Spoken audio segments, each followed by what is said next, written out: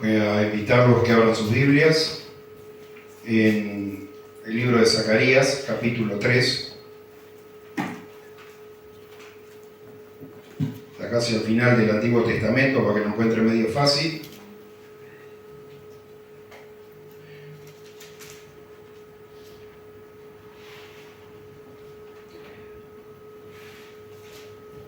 Y estando estudiando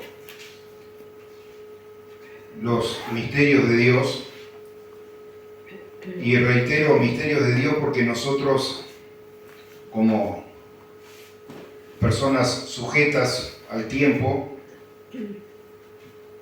no podemos a veces explicarnos esa obra de Dios. Estaba meditando en el capítulo 7 de la carta a los Hebreos, que nos presenta a Jesús como sumo sacerdote según un orden diferente, no un orden nuevo, sino un orden diferente, superior al sacerdocio que había sido establecido a través de los levitas, y cómo usufructuó de este sacerdocio el padre de la fe, que fue Abraham, el cual comienza siendo rescatado a través de su fe, porque la palabra de Dios, el eje de hebreo es la fe de Abraham, que le creyó a Dios, creyó las promesas de Dios, estuvo dispuesto a salir siendo un anciano, 75 años tenía, de su tierra y de su parentela al lugar que Dios le indicara. Y claro, tenemos presente allí de que en cierta etapa de su peregrinar, Dios le permitió levantar su vista y mirar la tierra que heredarían sus descendientes en un futuro no muy cercano para él, ya que tuvo hijos, tuvo nietos. Estos tuvieron a su vez los que vienen a ser las 12 tribus de Israel, y luego se da el cautiverio en Egipto, y que dura 400 años, más 30 años que vivió José allí. Habían pasado muchos cientos de años, pero Dios, hermano, que es fiel y verdadero, cumple su promesa, como cumplió su promesa de que tendría un hijo, y así se dio, y el hijo de la promesa era Isaac, aunque él había perdido en sí la esperanza, o más bien su mujer, y había tenido otro hijo, pero el hijo de la promesa, y Dios cumple.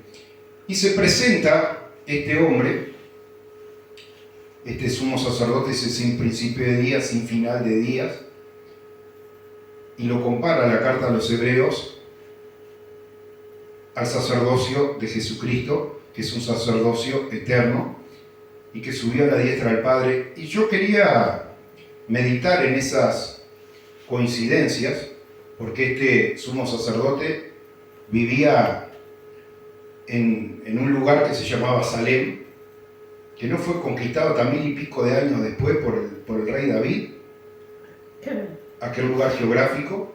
¿Cómo llegó a aquel lugar? Llegó porque el sobrino había sido capturado y se lo habían llevado, si usted estudia lo que le dice Génesis 14 allá, de lo que viene a ser en Siria, Damasco para arriba, allá más para el norte, y allá fue Abraham a perseguirlo, y en su regreso de aquella persecución pasa por las inmediaciones de Salem, porque nos dice Malaquías claramente que este sumo sacerdote era rey de una localidad que se llamaba Salem, dice, y esto es rey de justicia y rey de paz. ¿Y qué le ofreció cuando Abraham fue y le dio los diezmos? Porque si yo le pregunto, la mayoría me va a decir, le dio pan y vino. Imagínense, hermano, que la palabra de Dios nos viene a presentar a Melquisedec como una semejanza de Jesucristo. Y dentro de esa semejanza de Jesucristo, hermano, también está la institución de la Cena del Señor, que consistía justamente en eso, porque le podía haber dado cualquier otra cosa, sin embargo lo que compartieron allá fue pan y vino. Bueno, ese sumo sacerdote es semejante a Cristo. Y me llevó un poco a meditar, porque a veces leemos, de hecho, estoy convencido que muchos hermanos, ni siquiera a veces si le decimos un libro, saben si están en el Antiguo o en el Nuevo Testamento. Y así hubieron personajes que a veces los vemos, ¿no? Si usted mira el libro de Zacarías y mira la Segunda de Crónica, le parece que están lejísimos en el tiempo. Sin embargo, Segunda de Crónica termina con un decreto de un rey de Persia que se llamaba Ciro, el cual permitió que el pueblo de Israel volviera. Y hermano, Dios, yo le iba a arrancar así en la predicación con esta pregunta: si Dios se enojaba o no se enojaba. Porque el libro de Zacarías arranca el capítulo 1, versículo 2, diciendo que se enojó Jehová en gran manera contra vuestros padres. El pueblo de Israel, a pesar de haber recibido todas esas bendiciones y esas promesas de parte de Dios, no las valoró. Y Dios advirtió hasta que llegó un momento que tomó una determinación, y era de que aquel país, que era Judá, fuera llevado en cautiverio. Lo anunció a través del profeta Jeremías y estableció un tiempo de duración de esa penitencia, por decirlo así, que era de 70 años. Y el estudio de hoy, hermano, me llevó porque si usted estudia, a veces parece que hay una contradicción, y lo que hay es falta de estudio más que contradicción. Pues yo le podría preguntar: el pueblo de Judá, cuando regresa a Jerusalén, ¿fue por un decreto de Ciro o fue por un decreto de Artajerjes? Porque la palabra de Dios dice las dos cosas. Y hermano, me gozaba porque la palabra de Dios no es inexacta. La palabra de Dios, hermano, es certera. Jesús no le dijo, cuando vinieron y le demandaron señal de que Él era el Hijo de Dios, no le dijo: voy a pasar un tiempito en el sepulcro y me voy a levantar. Dice: le voy a dar la señal del profeta Jonás. Dice: como estuvo 3 días y 3 noches en el vientre del pez, así el Hijo del Hombre va a estar 3 días y 3 noches en el seno de la tierra, en el sepulcro. Y hermano, Dios había profetizado y se cumplió la profecía, porque la propia palabra da testimonio de que pasados los 70 años cayó el reinado de Babilonia y comienza el reinado de Persia, y comienza con Ciro, y permite que el pueblo de Judá regrese. ¿Y sabe qué? Me pongo a estudiar en detalle, porque digo, bueno, a ver, ¿quién vivía?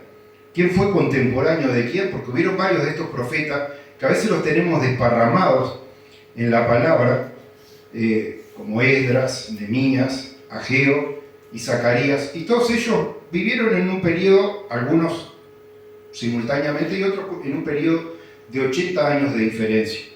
¿Y sabe qué estaba viendo en la palabra de Dios? Que habían habido 3 oleadas de gente llevada cautiva a Babilonia. Primeramente habían ido los nobles, dentro de los cuales había ido Daniel y otros 3 varones que usted habrá sentido después, Sadrach, Mesach y Abednego. Después, el día del rey Joaquín, hubo otra tanda que se llevaron, y por último, el que había quedado como rey allí gobernando, Sedequías, se rebela y ahí es destruido el templo y es destruida la ciudad, y todo el remanente de Judá es llevado cautivo. Y luego, hermano, cuando se produce la liberación, se da en 3 oleadas diferentes. En una, por un decreto de Ciro, donde van Zorobabel y Josué. Después aparecen Ageo y Zacarías. Después aparece Esdras. Y después Nehemías y Malaquías. Hubieron 3 periodos, hermano, 3 oleadas de regreso, como hubieron 3 de cautiverio. ¿Por qué? Porque la palabra del Señor es fiel y es verdadera. Ahora, la palabra de Dios nos da testimonio que, como yo le decía, dentro de estas tres sucesiones de cautividad que hubieron, terminó destruido el templo y termina destruida la ciudad. Y cuando vienen, arrancan a construir el templo. Y evidentemente, hermano, ¿qué pasaba? Había ancianos que habían sido llevados cuando eran niños. Dice, y lloraban, dice, al ver la gloria de la casa segunda en comparación de la gloria de la casa primera. Porque primeramente Dios los había bendecido en gran manera. El rey David dedicó su vida a juntar oro, plata, bronce, etcétera, etcétera, para construir la casa de Dios, la cual fue construida por Salomón, por un mandato de Dios.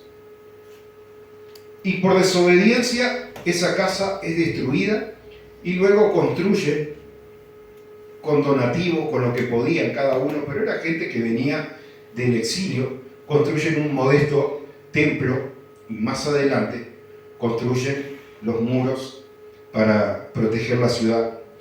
Y dentro de aquellos hombres, hermanos, que volvieron, hubo un primer sumo sacerdote que se llamaba Josué.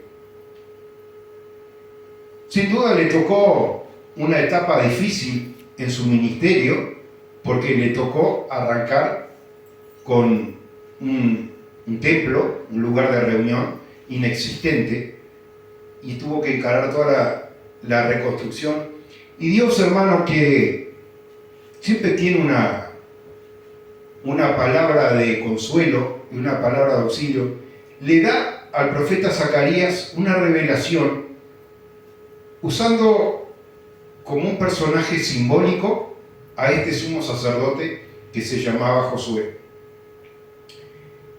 Y dice así el capítulo 3 de Zacarías: me mostró, dice este profeta, al sumo sacerdote Josué, el cual estaba delante del ángel de Jehová, y Satanás estaba en su mano derecha para acusarlo. Y dijo Jehová a Satanás: Jehová te reprenda, oh Satanás, Jehová que has cogido Jerusalén te reprenda. ¿No es este un tizón arrebatado del incendio? Y Josué estaba vestido de vestiduras viles y estaba delante del ángel.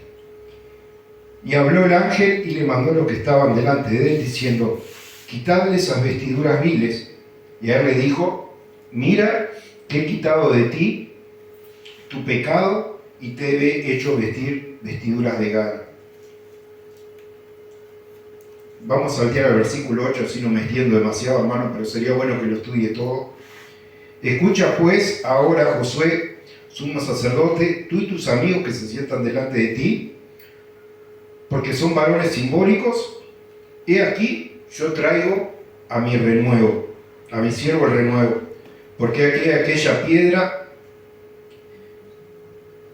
que puse delante de Josué, sobre esta única piedra hay 7 ojos. He aquí yo grabaré su escultura, dice Jehová de los ejércitos, y quitaré de la tierra el pecado en un día. En aquel día, dice Jehová de los ejércitos, cada uno de vosotros convidará a su compañero debajo de su vid y debajo de su higuera.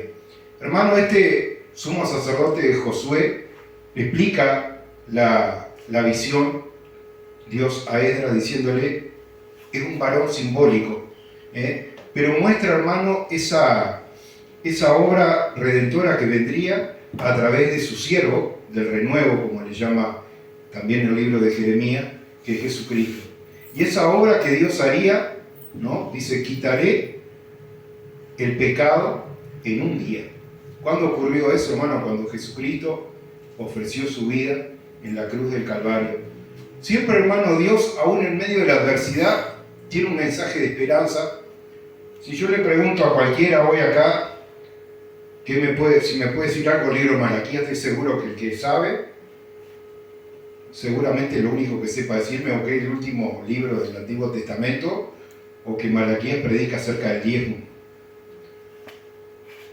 Porque luego de esa palabra hubieron 400 y pico de años, hermano, donde no se escuchaba a Dios hablar.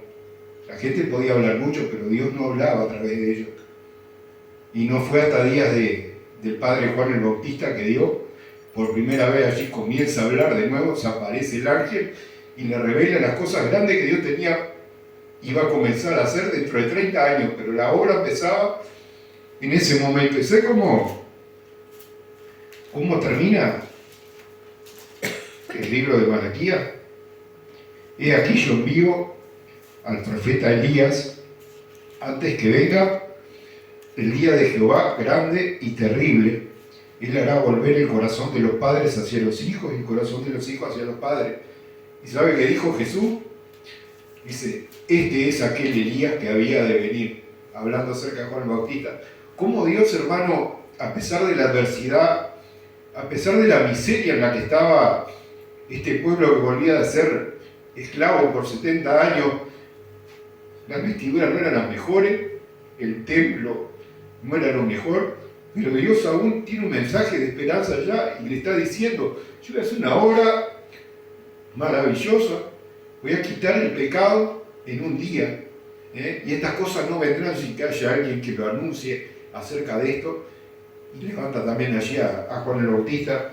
Hermano, es glorioso mirar esas promesas de Dios, hermano, que no solo en la vida de estos hombres cautivos que regresaron, sino en la vida de Abraham, hermano, cómo Dios se va revelando y le va mostrando esa obra que Él haría.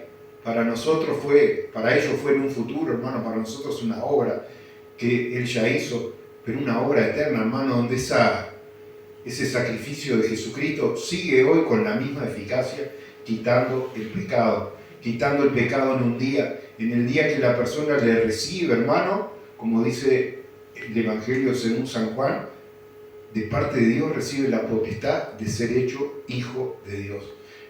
Es una obra, hermano, maravillosa que Dios hace, quitando en un día el pecado. En el día que la persona se acerca a Cristo y le reconoce y le acepta como Salvador, hermano, ese día, hermano, el Señor lo renueva, le da vestiduras nuevas, hermano, y lo limpia de todo pecado. Que Dios los continúe bendiciendo.